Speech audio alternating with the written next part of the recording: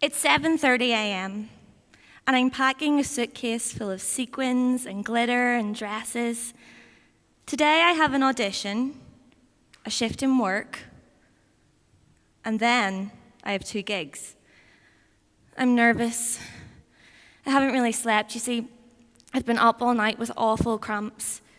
But sick days don't exist in my world, and neither do periods, apparently. I'm 24 years old. I'm a creative entrepreneur, and it's about time that I discuss the concerns of my sector. It's 7:45 a.m. I'm having a shower and I'm deciding whether or not to wash my hair, because if I do, I won't have time to have breakfast, but I won't have a chance to do it again before I go to the gig. It's 8:15 a.m. and I'm skipping breakfast. I get on the Belfast Metro. It's 8:25 a.m. and I'm already scundered. But I need to buck up, because I have a shift to do. I have to go to work. And I'm privileged to be able to work and provide for myself and put a roof over my own head. I can put food on my table and clothes on my back. It's 12:30 p.m. and I don't get a lunch break. I finish my shift and I get a taxi to the theatre in which I have my audition with a 5-minute window to do so. I spend 2 hours questioning everything that I know about my professional capability as an actor and the acting world. I grab and inhale the only vegetarian sandwich I can find in a 3-minute radius. It's pretty disgusting. It's 4:04 p.m. and I'm on my way to Elliot's fancy dress to buy 3 very questionable wigs. I pack up and I go to my gig. I sing, I dance, I'm creating on stage, and I'm loving every second of this. I finish, I go to my next gig, I sing, I dance, I'm creating on stage, and I'm loving every second of this. I pack up and I go home. It's 12:56 a.m. and I'm sitting on my bedroom floor with a hot water bottle, eating a cup of salty, undercooked noodles. I can hear you inside your heads. Why on earth would this girl do this? Why would she live this lifestyle? Why doesn't she just get a 9-to-5? Because I love performing and creating and devising. Having an idea and bringing it to life on stage, it's my passion, it's what I'm good at.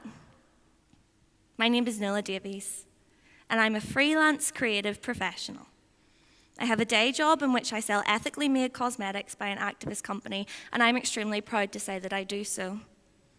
I have a weekly residency in a cabaret club, where I work approximately 10 hours a week with rehearsal time. And in my day job, I work about 30 to 35 hours a week. Around these, I also audition for numerous productions. I'm in 2 bands. I was born on the 22nd of July, 1992, and when I was 11 years old, I lost both my parents. I'm very privileged that I had so many amazing people around me at that time to support me and help me. But this experience was my first real understanding of the significance of time. If you imagine time as an object, what do you see? I imagine like a palm-sized clock ticking, the hands constantly moving.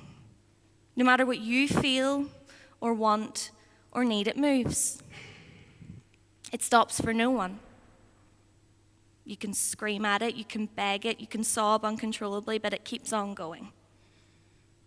We've all had situations in our lives that have made us want to manipulate time for differing reasons. It might be to say goodbye to someone one last time. But we can't do it.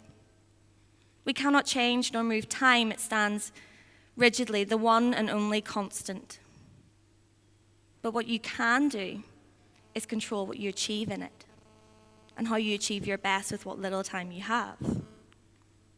I work hard, really, really hard. And why? Because I'm terrified of time, of not living time to its full potential. Running out of time is not an option for someone like me. I want to do all the things as soon as I possibly can and do them to my best full potential. Not getting something done and regretting that's probably one of the worst things that could happen to me. Now, I'm extremely blessed to be surrounded by so many incredible, amazing people, and working in the creative arts has opened so many doors for me. I made friends for life with like-minded people, and for that I am eternally grateful. However, it's hard. Creative women spend, on average, according to my research, approximately 48 hours a week working, on top of their personal lives. We almost glorify running ourselves into the ground in order to achieve our full potential and get everything we want to get done. Whilst we love our jobs and are more than willing to work very hard at them, we live in a society in which there is no infrastructure to support women. The system in which we live was originally put in place for a male breadwinner, someone who could devote their entire lives to working and earn a living while their wife stayed at home. This is an out-of-date, patriarchal, homophobic system in which I'd like to think neither I nor any of you amazing people would want to live. So what can we do about it? What can we do about female issues? Well, we can have an open discussion about it and highlight the fact that we are not alone in our stresses and worries. It's about time we talked about periods. They suck. Women spend up to a week of their month in constant agony. I asked the male-identifying members of the room, can you imagine doing the day I described at the start of my talk with a period? With something, it feels like something's trying to escape out of your insides. It's not fun. And no, you can't imagine it. Why? Because you really wouldn't want to.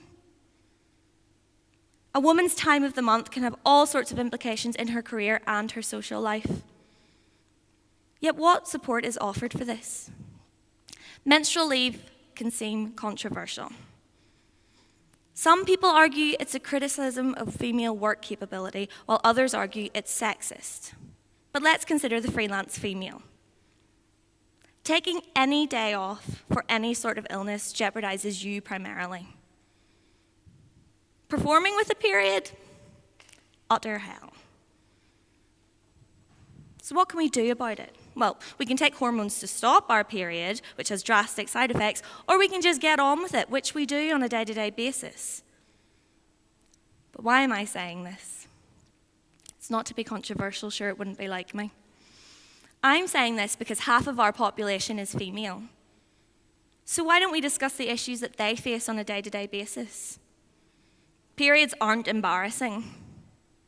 Recently, I began to work with a group of people who are very, very open about their menstrual cycle, and for me, that was extremely liberating. Feeling understood is feeling empowered. It's about time we talked about age for women in the creative sector. For many women that I've spoken to, the terrifying truth for creative females is that you're either too young or too old. You're either too inexperienced or too experienced. There's no mid-ground, and I refuse to accept that. I know creative women of all ages who are absolutely phenomenal. Defining them by their age achieves nothing. They are forces to be reckoned with, and they deserve acknowledgement of their capability. Creative females like myself are running themselves into the ground because they feel that they need to gain this wealth of experience to be credible. It's about time we talked about creative freelance women wanting to have children, or even just taking a bloody holiday.